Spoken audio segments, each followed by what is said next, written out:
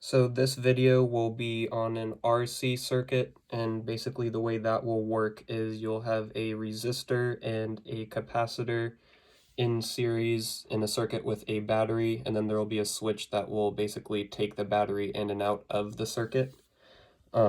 So the way the capacitor works is when you attach the battery to it and have it in series, the capacitor will build up voltage until it reaches its maximum voltage, which in this case will be 5 volts. And then once you flip the switch and remove the battery from it, then the capacitor will discharge and go down to 0 volts. And it'll, every time you either begin discharging or begin charging, it will increase or decrease very rapidly and then slow down its rate as time goes on. And then what the resistor's role is going to play is the resistor basically controls how quickly current is going to flow through this circuit.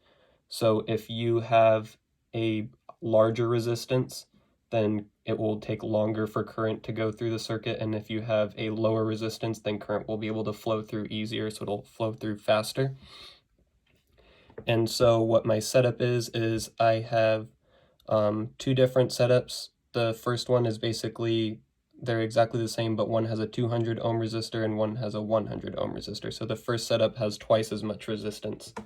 And so the time constant for the first one came out to about 4 milliseconds.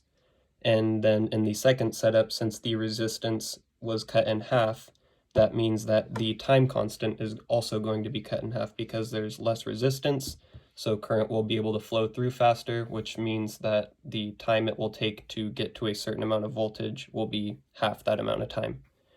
And then for the current in both of these, since the resistance gets cut in half, that means that the current will actually double in the second scenario, because if you have a higher current, then the resistance will have to be lowered in order to equal the same voltage. And then if you have a lower current, then you have to increase the resistance to have the same voltage. And then I will show you the actual setup in the next video.